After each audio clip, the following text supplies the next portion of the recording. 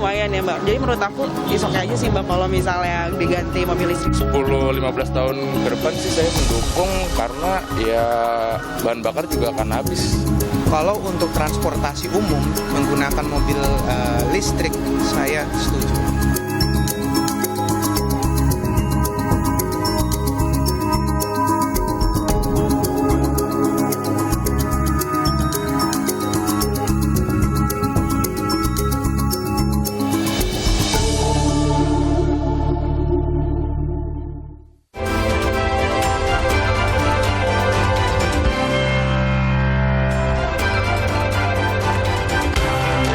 Saudara, Anda kembali menyaksikan Business Talk di Selasa malam bersama saya Mahasiswa Tarigan. Ini Presiden Joko Widodo menginstruksikan jajarannya untuk mengganti kendaraan dinas jadi kendaraan listrik.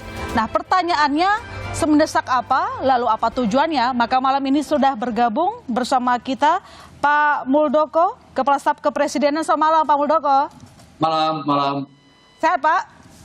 Alhamdulillah. Baik. Alhamdulillah. Pak, pertanyaannya begini, Presiden Joko Widodo memang sudah mengeluarkan Impres Presiden nomor 2 2022, di sana meminta bahwa pemerintah menggunakan mobil dinas begitu ya.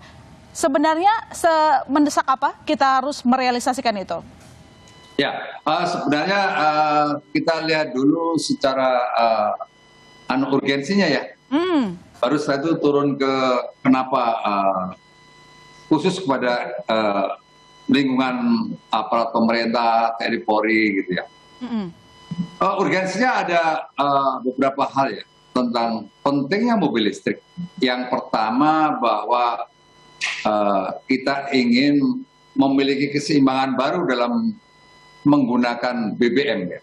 Karena relatif kita import BBM itu cukup besar dan itu bertumbuh dari waktu ke waktu. Pada sisi yang lain, kita produksi lifting kita menurun. Sehingga uang tersedot besar sekali untuk APBN. Nah, yang kedua, bahwa dari data yang saya miliki, untuk setiap tahunnya, ya, pemerintah harus mensubsidi 19,2 juta per mobil. Sepeda motor 3,7 juta per tahunnya. Itu kalau dikalikan jumlah mobil dan motor yang ada di Indonesia, itu besar sekali. Ya. Nah, berikutnya, yang ketiga kita memiliki komitmen yang kuat ya, bahwa kita punya komitmen di 2060 menuju kepada zero emission. Nah, kalau ini sudah dimulai dari sekarang, maka komitmen itu akan betul-betul dilihat oleh dunia pada saat kita membicarakan salah satu isu dan sub isunya adalah transformasi energi di G20 nanti. Itu beberapa hal yang mau melatar belakangi. Yang kedua, Impres itu sendiri ya. Impres itu menunjuk kepada pemerintah pusat, pemerintah daerah, TNI Polri ya. Untuk menggunakan itu. Ada beberapa tujuannya. Yang pertama, pemerintah harus berdiri paling depan dalam menjadi pilot project ini, ya. Jangan hanya berbicara, tetapi tidak memberikan contoh. Itu. Yang kedua, saya melihatnya dari aspek bisnisnya bahwa Impres ini membuka peluang yang sangat besar bagi bertumbuhnya industri kendaraan listrik di Indonesia. Karena marketnya terbuka. Dengan pemerintah membuka market, di situ ada kurang lebih 190.000 mobil dinas yang nantinya menuju kepada mobil listrik. Ini sebuah peluang market yang luar biasa. Marketnya terbuka, maka industrinya akan bertumbuh dengan baik. Dan momentum ini harus kita ambil. Jangan sampai nanti diambil oleh negara lain lagi, kita sebagai penonton. Kita harus menjadi player di sini. Ini sebuah momentum sangat bagus bagi industri dalam negeri kita. Tapi gini, Pak Muldoko tadi kan menyatakan bahwa satu sisi supaya kita mengurangi ketergantungan ke energi fosil gitu ya. Tapi kan sama tadi energi hijau gitu. Cuman begini, dari 189.000 kendaraan dinas yang ada, sesignifikan apa kita bisa mengurangi ketergantungan tersebut? Itu kan baru di lingkungan pemerintahan. Tapi kalau kita melihat agregat dari semua mobil listrik yang digunakan di Indonesia, jumlahnya kan besar sekali.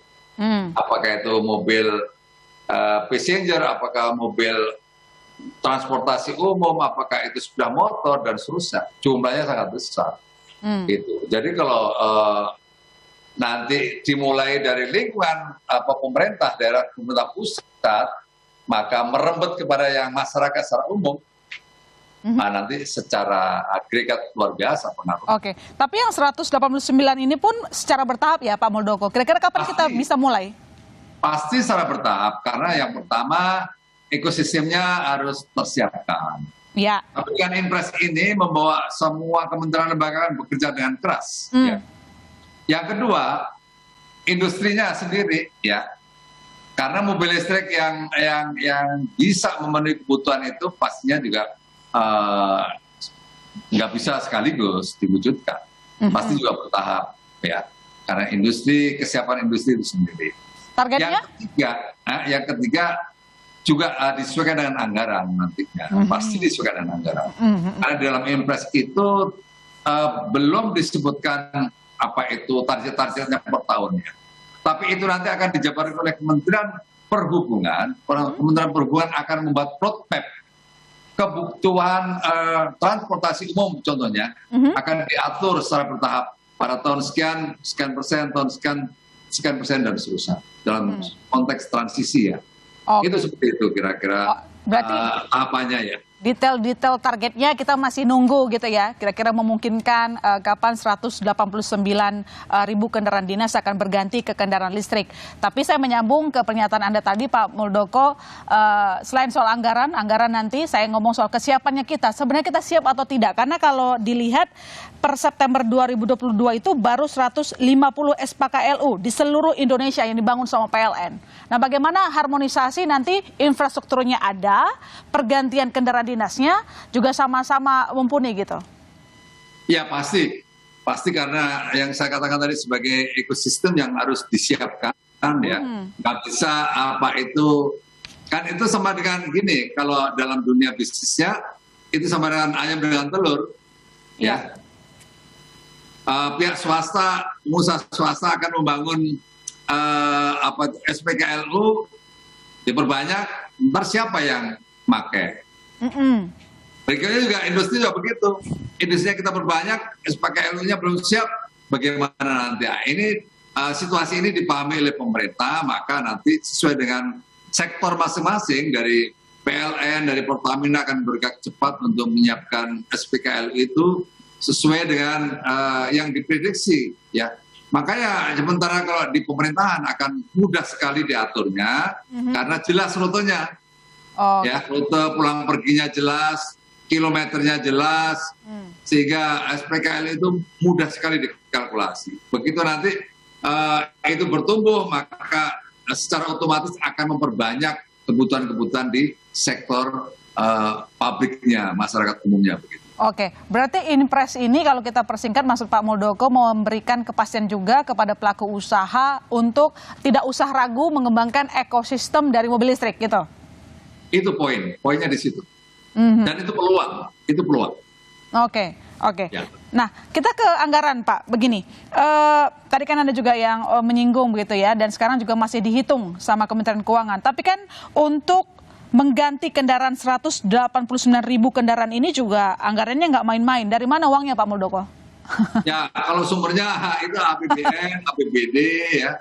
Berikutnya ada sumber-sumber di luar itu, bisa apa itu hibah, bisa juga dari BUMN bisa menyelenggarakan, bisa melaksanakan begitu. Intinya ya APBN, APBD, ya. Mungkin juga anggaran di luar itu. Jadi tetap kita berorientasi pada kemampuan APBN kita nantinya. Begitu. Apakah sudah ada skenario bahwa nanti kita akan beli baru atau sewa begitu? Ada beberapa hal yang bisa dikembangkan, ya. Sementara yang menjadi contoh pilot project-nya di Kementerian Perhubungan, ya. Kementerian Perhubungan sudah mulai kira-kira 1 tahun yang lalu menggunakan mobil listrik sewa. Ini juga sebuah skema, ya, bisa pakai sewa, bisa membeli, ya, itu pilihan-pilihan yang nantinya bisa dimainkan itu. Oke, terkait dengan jumlah kebutuhan mobil dinas, angkanya cukup besar begitu. Apakah kalau misalnya sudah ada skenario membeli baru, apakah terbuka impor mungkin karena pasokan dalam negeri belum mencukupi? Sangat mungkin ya, sangat mungkin impor. Sangat mungkin. Sangat mungkin. Ya, sementara ini sangat mungkin ya, karena kesiapan industri dalam negeri kan yang ada Hyundai, nanti juga ada Wuling ya. Iya, baru 2. Sementara itu. Nah, kalau seandainya anggarannya ada, berikutnya kesiapan industri dalam negerinya belum siap, ya pasti diantaranya akan ambil dari luar. Oke, baik kalau begitu. Begini, Pak, di lain sisi memang pemerintah menunjukkan keseriusannya untuk mengembangkan ekonomi hijau ya dengan keluarnya Inpres ini. Itu sisi positifnya. Tapi yang lain kan ketika masyarakat bereaksi gitu, Pak Muldoko, apa sih keterdesakannya? Tadi memang Anda sudah menjawab, tetapi mungkin bisa diperjelas lagi keterdesakan kita harus mengganti kendaraan dinas dari pemerintah gitu ke kendaraan listrik di tengah. Kemarin misalnya kita memotong anggaran subsidi energi, katakanlah seperti itu. Ya, kan pemerintah sudah mengeluarkan Perpres 55 ya 2019. Itu intinya adalah bagaimana industri kendaraan listrik di Indonesia itu berkembang. Nah, setelah itu diikuti dengan Inpres ini. Kalau pemerintah tidak membuka peluang market, ya industri akan berhenti dong. Gak ada yang beli kok. Siapa yang mau mendirikan industri di Indonesia? Itu industri dalam negeri sendiri juga nggak bergairah karena belum ada kepastian. Tapi dengan adanya Inpres ini bahwa pemerintah akan membeli sejumlah kendaraan mobil listrik, maka ini sebuah peluang bagi industri. Itu jadi itu salah satu bagian dari urgensi. Yang kedua juga komitmen terhadap pengurangan gas emisi. Yang ketiga, kalau nggak sekarang kapan lagi? Tuh, masuk mau ditunda lagi. Oke. Setelah jadi dikeluarkan ada keberanian. Gitu. Oke, baik. Setelah dikeluarkannya Inpres ini, apakah sudah ada respon gitu Pak dari industri otomotif? Oh, pasti happy. Ya, mereka happy. Ya, mereka menyatakan kesiapan untuk membangun ekosistem itu yang tadi Anda sebutkan? Itu secara otomatis karena semua kementerian terkait lembaga akan bekerja keras memenuhi keinginan dari Inpres itu, maka nggak perlu ragu-ragu lagi. Pasti swasta juga akan bergairah untuk membangun SPKLU. Karena apa? Karena ada kesempatan hadirnya sejumlah kendaraan mobil listrik di Indonesia. Oke, berarti sudah ada komitmen dari swasta untuk ikut membangun SPKLU ya? Oh iya. Karena saya selaku Ketua Periklindo selalu membicarakan ini dengan pihak-pihak pelaku ekonomi ya, pelaku industri di Indonesia. Oke, baik. Nah itu dari swasta. Kalau dari PLN yang bagian juga masuk dalam instruksi ini ya Pak. Kalau saya lihat dari Inpres tersebut juga meminta Kementerian BUMN untuk menugaskan PLN begitu. Nah sejauh ini targetnya mungkin apakah sudah ada misalnya PLN membangun SPKLU yang baru berapa gitu targetnya dalam tahun ini? Oh iya, dia punya target ya. PLN ini saya mau lihat di sini ya, kira-kira dia akan menyiapkan untuk unit ya PLN menargetkan bakal mengoperasikan 4.900 unit stasiun penukaran baterai kendaraan listrik umum SPBKLU hingga akhir 22 itu targetnya ya seperti itu. Jadi PLN sendiri juga punya semangat untuk memperbanyak SPKLU-nya itu. Oke, baik. Dari BUMN siap, swasta juga siap begitu ya? Ya. Oke, meski tadi Anda mengatakan bahwa untuk ketersediaan mobil listriknya ada keterbukaan untuk sewa saja atau mungkin beli, tetapi kalau kita punya anggaran kita beli dan itu kemungkinan juga bisa impor, nggak cuma mengandalkan dalam negeri karena melihat kondisi industri otomotif dalam negeri yang mungkin belum mencukupi. Nanti kita lanjutkan lagi Pak Muldoko, jangan kemana-mana saudara, Bisnis Talk masih akan segera kembali.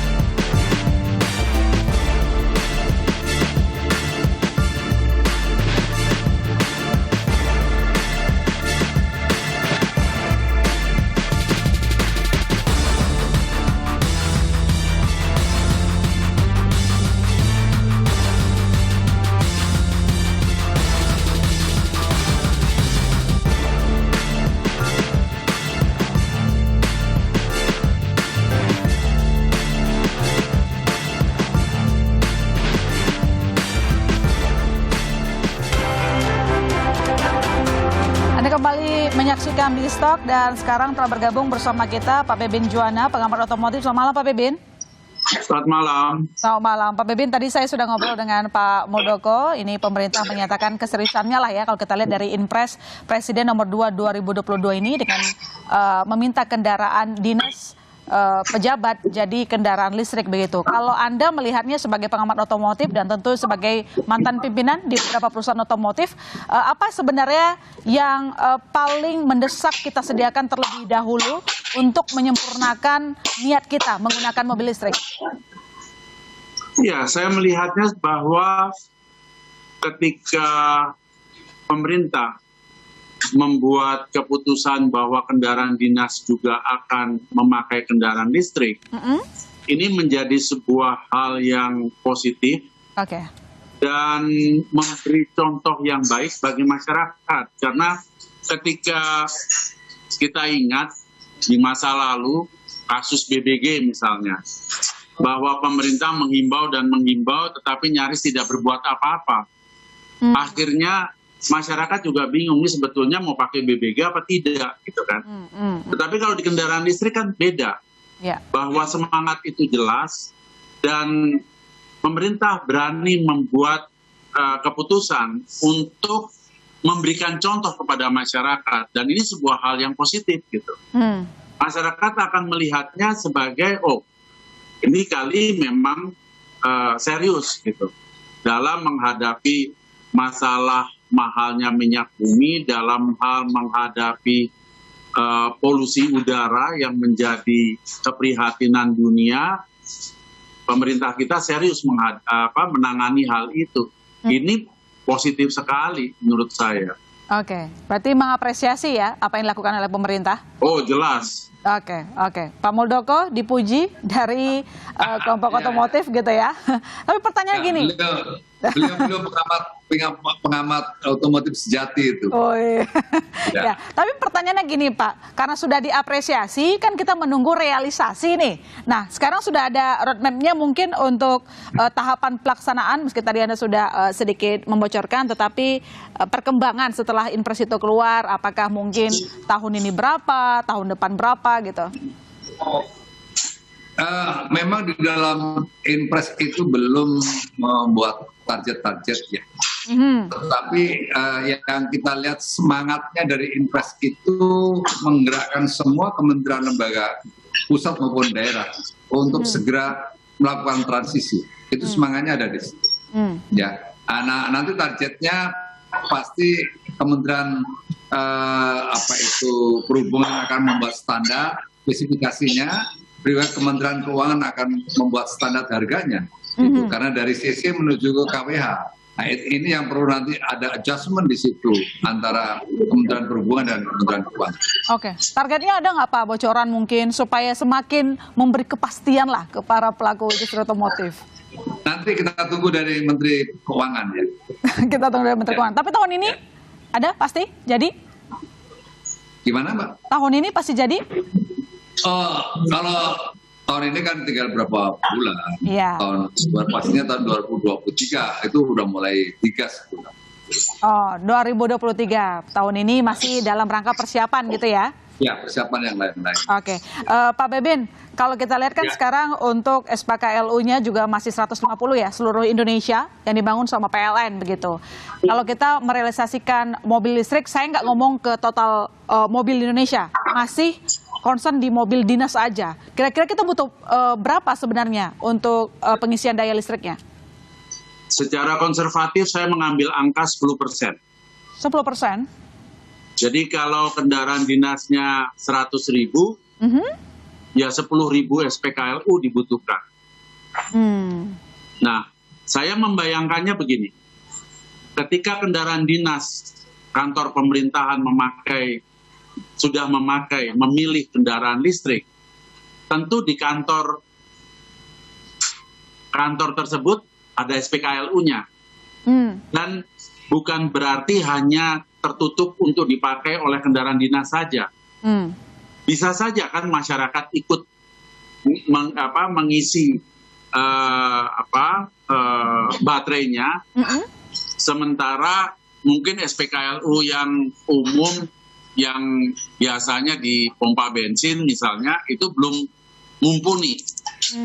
Nah, ini akan sangat membantu. Saya membayangkan seperti itu. Kemudian saya pernah ikut pembahasan dengan pihak PLN yang menjanjikan bahwa ketika konsumen menandatangani SPK kendaraan listrik, maka PLN akan memasang colokan listrik di rumah yang bersangkutan 7 kW. Itu udah lumayan.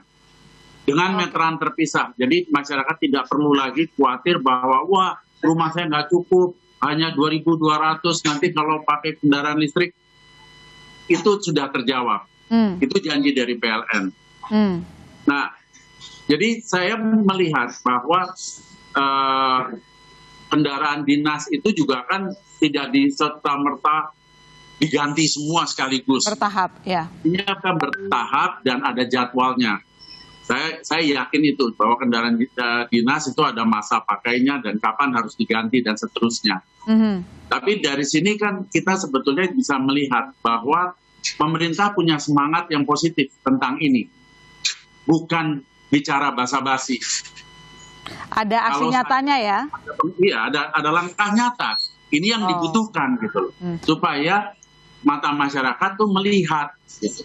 Nah, langkah selanjutnya yang saya lihat juga Pemda mestinya mulai melangkah kepada kendaraan publik digantikan secara bertahap. Lagi-lagi mengikuti jadwal penggantiannya. Yang namanya bus kota, yang namanya bus ukuran tanggung, yang namanya oplet, taksi, motor dari ojol, itu kan perlu penggantian dan mereka perlu dibantu, gitu loh. Tidak bisa serta merta, oh Grab kamu harus ganti gitu. Nah, motor lama mau diapain gitu. Itu kan pemikiran-pemikiran dan yang penting bahwa visi dan misi kita ini satu.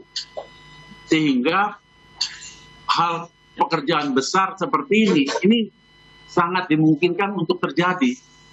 Saya melihatnya seperti itu. Oke, berarti selama ini ekosistem kendaraan listrik belum berjalan dengan maksimal karena dari pelaku industri otomotif juga masih menunggu ya selama ini sinyal jelas dari regulator untuk merealisasikan ekonomi hijau tersebut. Dari dunia otomotif akhirnya seperti ayam atau telur. Iya. Mau sediakan SPKL dulu atau saya baru produksi gitu kan. Oke. Tapi dengan adanya impres ini harusnya sudah bisa memberikan kepastian ya? Iya. Dan kita juga bisa belajar dari perusahaan besar seperti Tesla misalnya. Tesla. Mereka memproduksi dan juga menyediakan SPKLU-nya. Saya melihat Hyundai sudah memberi contoh di beberapa titik membangun SPKLU-nya. Saya hanya berharap bahwa Hyundai akan mengajak saudara kembarnya si Kia melakukan hal yang sama. Ini akan lebih menarik dan terjadi percepatan. Ini tunggu-tungguan kalau enggak. Oke, baik. Saya ke Pak Muldoko kalau begitu. Pak Muldoko, kalau misalnya kita berpindah kendaraan ke kendaraan listrik seperti itu, ini memang masih mobil pejabat gitu. Tapi pertanyaannya itu adalah apakah listrik kita ini mendukung untuk kita menggunakan mobil listrik. Sekarang baru pejabat ya, nanti juga kan impiannya nanti masyarakat juga bakalan ikut karena terpantik karena pemerintah juga pakai, saya juga mau pakai mobil listrik gitu. Ya, ini kan yang tadi Pak Bebin katakan, ini contoh lah. Pemerintah jangan ngomong doang, ini udah real nih, nyata ini. Ya, karena industri menunggu, pabrik, masyarakat juga menunggu. Ini semua teriak mobil listrik mana? Di mana ini saya harus mengisi? Nah, kan begitu.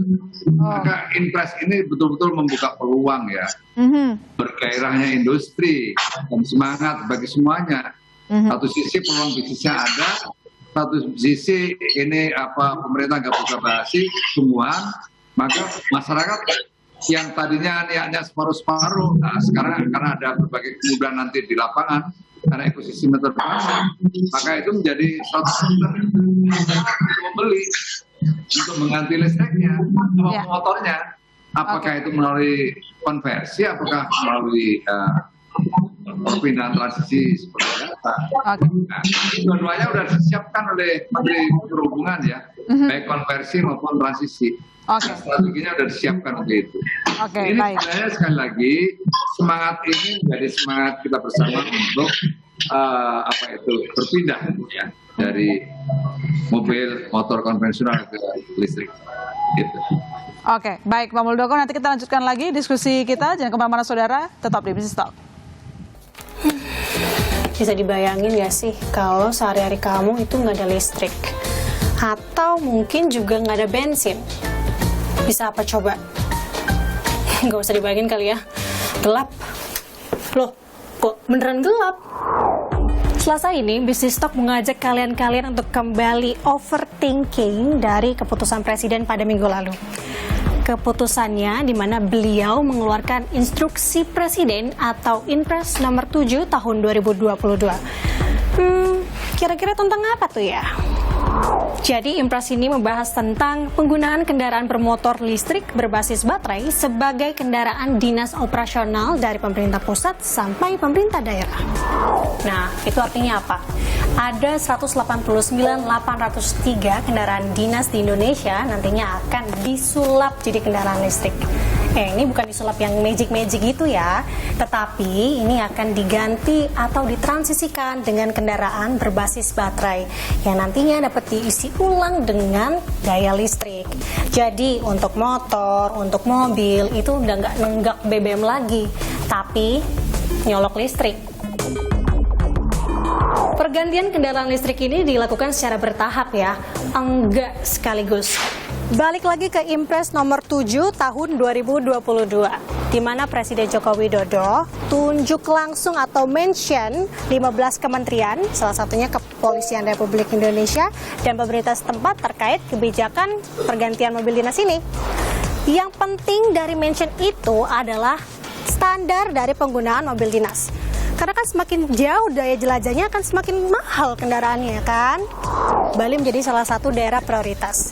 Ini karena adanya presidensi G20 Indonesia menjadi tuan rumah. KTT Bali ini menjadi ajang momentum untuk menggunakan kendaraan listrik. Mau tahu nggak kenapa? Ini karena transisi energi berkelanjutan menjadi isu prioritas pada presidensi G20. Tapi mimpi indah dunia tanpa karbon itu nggak gratis ya guys ya. 2060 sebagai patokan lingkungan bebas emisi, ya bisa dibilang nggak terlalu lama ataupun nggak terlalu sebentar. Cukup lah ya, asal memperhatikan yang pertama, akses. Dan yang kedua, teknologi.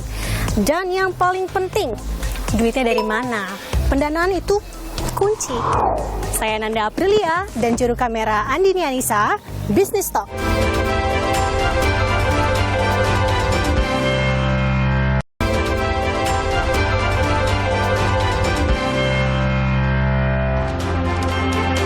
Ya, kita lanjutkan dialog kita dan di segmen 3 telah bergabung bersama kita Mbak Titis Nurdiana, wartawan Sinar Kontan. Selamat malam Mbak Titis. Malam Ilona. Nanti kita akan mendengarkan pendapat Mbak Titis dari redaksional terkait dengan kebijakan yang tadinya sudah direspon sangat positif oleh industri tentu saja. Saya ke Pak Muldoko lagi. Pak, karena memang Anda juga ketua dari Asosiasi Kendaraan Listrik ya.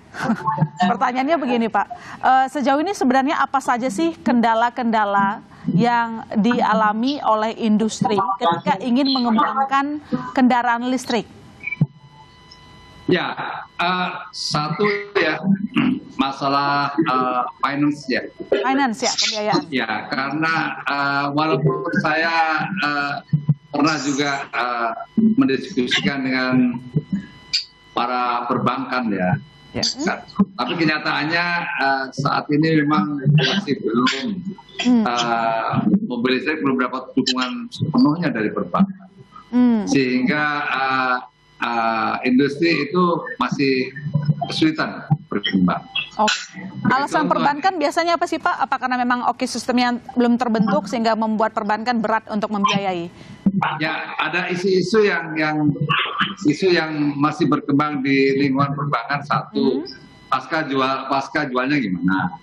Terus yang kedua tentang baterai, ada isu nanti mobil itu kalau kena air kebakaran strom nggak listriknya, kebakaran atau dan seterusnya. Padahal itu enggak sama sekali ya. Industrinya teknologinya juga baik. Gitu. Berikutnya masa usianya bagaimana? Mobil listrik itu lama atau enggak sih? Rata-rata itu kan usianya antara 8 sampai 10 tahun. Isu-isu seperti itu muncul ya. Berikutnya ekosistemnya gimana? Sudah persiapkan atau belum? Susah. Untuk itu saya selaku Ketua Perikrindo selalu mensosialisasikan ini ya, agar tentang mobil listrik kita memiliki pandangan yang sama ya. Isunya kita tangkap sama. Jangan sampai nanti masih ada kebingungan dan akhirnya perbankan belum yakin untuk mengucurkan anggaran khususnya ya untuk memberikan leasing, seperti contoh lah leasing aja itu sulit sekali sementara ini masih jadi selain ekosistem di antara seperti itu ekosistem termasuk di situ ada infrastruktur, produk yang belum siap, tapi juga soal pembiayaan yang juga belum siap. Nanti kita bahas lebih jauh lagi. Saya ke Mbak Titis gini, kalau kita lihat kan ada 3 masalah, mulai dari produksi yang belum meningkat karena memang di situ ada kendala soal ekosistemnya, gitu ya. Yang belum siap ya. Infrastrukturnya juga belum ya. Istilahnya singkatnya ekosistem lah. Tapi satu sisi ditambahkan tadi oleh Pak Muldoko soal pembiayaan, gitu. Nah, ini apa yang bisa kita tarik garis bawahi begitu? Jadi dari redaksional sebetulnya sangat jelas bahwa seperti tadi Pak Muldoko bilang bahwa ini adalah sinyal yang baik, contoh yang baik yang diberikan oleh pemerintah dengan melakukan mengharuskan mobil dinas menjadi kendaraan listrik dan kendaraan listrik. Nah, masalahnya memang adalah soal ekosistem yang visibility-nya ekosistem itu belum nampak. Oke, kita ngomong tadi 189.000 kendaraan dinas yang beredar sekarang ini. Dan kalau kita melihat dari data Kementerian Perhubungan, tahun 2022 itu membutuhkan 26.000. Tahun depan itu menjadi 39.000 lebih ya, 256. Artinya apa? Pasar dari mobil dinas inilah yang sebetulnya bisa ditangkap oleh industri. Nah, apakah ini cukup? Apakah secara visibility-nya bagi pembiayaan itu cukup? Memang harus butuh keberanian. Tadi juga di-mention oleh Pak Muldoko bahwa perusahaan-perusahaan perbankan, industri perbankan itu juga satu menanyakan purna jual, kemudian baterainya. Dan rapat dengar kemarin dengan DPR juga menyebutkan sebetulnya kalau kita mau menciptakan baterai itu juga membutuhkan komponen yang juga impor. Itu juga membutuhkan belum siap, belum mature lah industri kita. Otomatis apa? Tadi Pak Muldoko juga sempat menyebutkan bahwa nanti itu juga masih impor. Artinya memang butuh semuanya masih impor. Nah, masalahnya adalah yang perlu kita patut kita lihat, kita cermati adalah soal prioritas. Apakah tahun ini secepatnya kita beralih ke sana? Melihat target pemerintah untuk zero emission paling cepat 2030, kemudian paling lambat 2060, itu tuh membutuhkan roadmap yang sangat-sangat jelas supaya industri pembiayaan juga tahu persis bahwa visibility-nya dari mereka memberikan kredit itu tepat.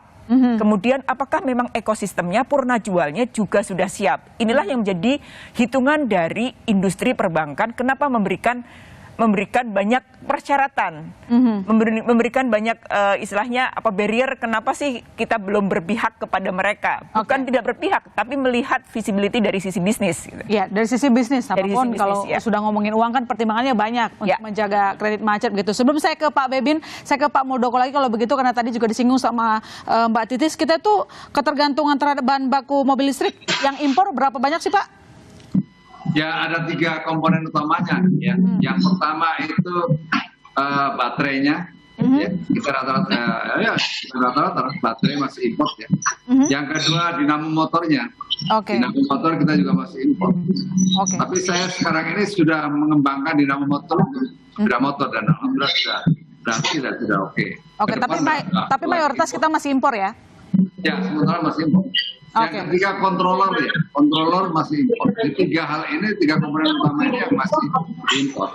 Oke, Nah, baik. kedepannya secara bertahap pasti bisa berkurang ya. Apalagi nanti hanya 2 tahun lagi IPC itu bisa segera menghasilkan baterai dalam negeri. Oke. Nah, kita nanti semakin kokoh industri mobil listrik kita. Oke, kita harapkan bisa mandiri ya, karena cita-citanya mandiri. cukup besar untuk ekonomi hijau. Begitu. Saya ke Pak Bebin. Pak Bebin, kalau kita lihat kan pemerintah juga izinkan konversi mobil konvensional ke listrik, begitu. Kalau Anda meresponnya seperti apa? Memungkinkan tidak hal itu kita laksanakan sesegera mungkin? Iya, melihat pemerintah juga memberi kesempatan untuk mengkonversi kendaraan-kendaraan lama menjadi kendaraan listrik, tentunya ini juga sebagai sebuah bentuk percepatan agar volume kendaraan listrik itu cukup signifikan lah hadir di negara kita gitu ya. Tetapi kita juga perlu melihat, tadi juga saya sudah mendengar bahwa kita saat ini sampai dengan 2 tahun ke depan ini masih ketergantungan pada komponen-komponen luar. Ya. Ya, biayanya tidak menjadi menarik untuk mengkonversi kendaraan-kendaraan bermesin lama yang masih memakai bahan bakar fosil menjadi kendaraan listrik, gitu ya. Tapi mungkin juga sudah ada lah segmen masyarakat yang atas untuk merubah kendaraannya karena mungkin spare partnya juga sudah sulit untuk didapat dan sebagainya. Oke. Jadi saya melihat ini sebagai sesuatu yang positif karena di luar sana sudah terjadi gitu. Apa yang kita harapkan adalah bahwa 2 tahun lagi ketika pabrik baterai sudah bisa berproduksi, ini akan memberikan kontribusi yang cukup besar saya lihat bagi kehadiran kendaraan lagi menjadi mahal karena sekarang ini kan masyarakat selalu mengeluhnya, waduh, kendaraan listrik ini mahal gitu ya. Mahalnya kenapa? Nomor 1 baterainya yang memang luar biasa mahalnya. Yang kedua motor listriknya. Oke. Andaikan kedua komponen itu sudah bisa diproduksi di dalam negeri, ini akan sangat membantu. Saya melihatnya seperti itu. Oke, kita membutuhkan kemandirian lagi ya, supaya realisasi untuk zero emisi. Masalahnya 2 tahun apakah waktu yang cukup untuk membangun sebuah ekosistem baterai, baik itu tadi bilang baterai dan motornya. Nah itu kan juga harus dijawab ya sebetulnya. Dijawab. Nah kebetulan Pak Muldoko kan juga industri nih. Industri Pak 2 tahun mungkin nggak sih gitu kan? Oke, mungkin nggak Pak? Ini pertanyaan terakhir sebelum kami akhiri sesi ini bersama Anda. Ya, ini persoalan teknologi ya. Ya. Gitu. Tapi kita punya semangat yang kuat. Selama ini kita import apa itu komponen itu apa tadi dinamo ya, dinamo motornya. Ternyata setelah saya kejar bisa saya buat sendiri. Tim saya udah bisa untuk digunakan sepeda motor. Maknanya apa? Kita ini kadang-kadang terninabubukkan import aja gampang. Impor saja itu semangat itu yang harus kita hilangkan ya. Kemarin kira-kira 6 bulan yang lalu saya ke UNS. Di UNS itu pada skala lab dia sudah bisa membuat baterai. Itu kalau dibesarkan lagi skala labnya menjadi skala industri. Baik. Apa enggak? Apa susahnya sih? Nah gitu loh. Apa jadi susahnya kita tuh bisa, cuman kita sukanya praktis, udah import aja deh, gampang. Baik, nah, ini budaya ini harus kita hilangkan. Oke, kita tunggu nanti cita-cita yang mulia ini, begitu ya. Terima kasih Pak Muldoko, Kepala Staf Kepresidenan telah bergabung bersama kami malam ini. Selamat malam Pak Muldoko. Terima kasih, selamat malam. Saya juga ucapkan terima kasih ke Pak Bebin Juwana, pengamat otomotif. Terima kasih banyak Pak Bebin. Dan saudara jangan kemana-mana, masih kami lanjutkan dialog malam ini bersama Redaksional Kontan.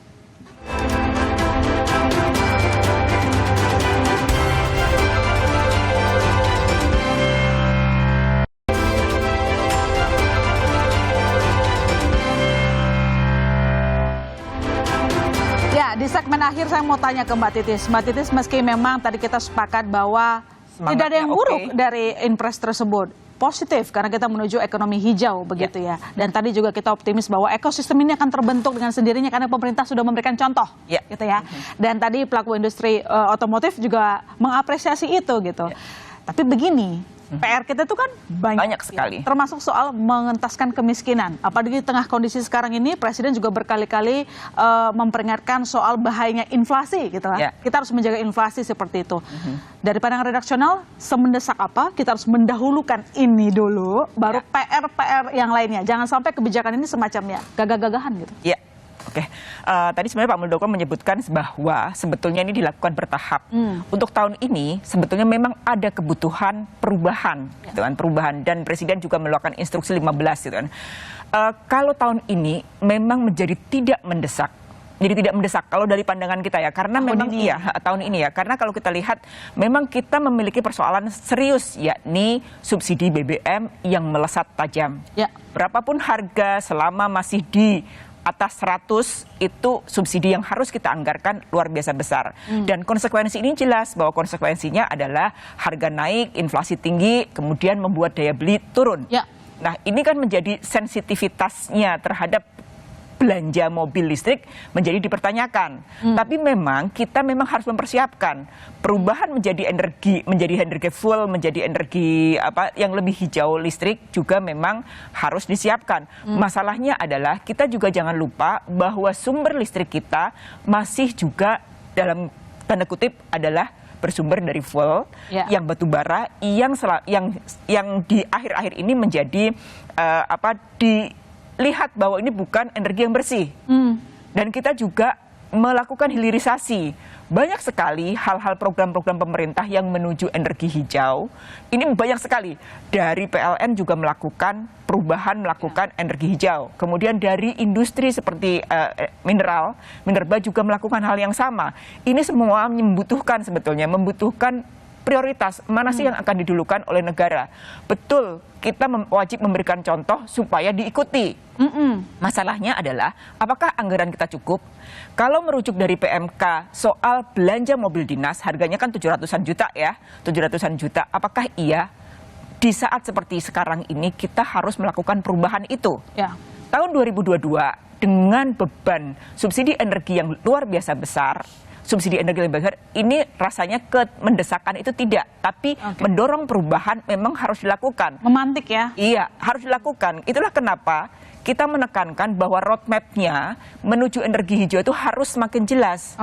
Nah, di G20 nanti di November, kalau saya nggak salah, bahwa terakhir itu Kementerian Keuangan menyebutkan bahwa baru akan di-announce bahwa ini loh roadmap-nya Indonesia menuju energi hijau itu akan seperti ini. Nah, ini banyak sektor yang harus kita perhatikan bahwa kedepannya pemerintah seperti apa, step by step-nya seperti apa, supaya prioritasnya itu menjadi jelas. Tahun ini prioritasnya apa, tahun depan apa, tahun kemudian apa, sehingga target zero emission benar-benar tercapai pada tahun yang ditargetkan 2060 paling lama, sementara paling dekat adalah 2030.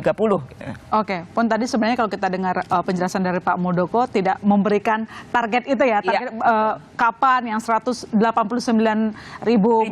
kendaraan itu akan berpindah ke kendaraan listrik gitu. Kita juga masih menunggu nanti belum lagi aturan harga juga kan? Harga juga harus dibahas juga nanti gitu ya. Baiklah, harapan kita baik atas instruksi dari Presiden ini semoga terlaksana dengan baik karena memang niatnya juga baik. Cuman memang semangatnya mendesak bagus. Tahun ini. Semangatnya bagus. Terima kasih Mbak Titis atas pandangan redaksionalnya seperti biasa, keren. Dan saudara, dengan demikian saya masih Tarigan undur diri. Sampai jumpa di Business Talk Selasa depan.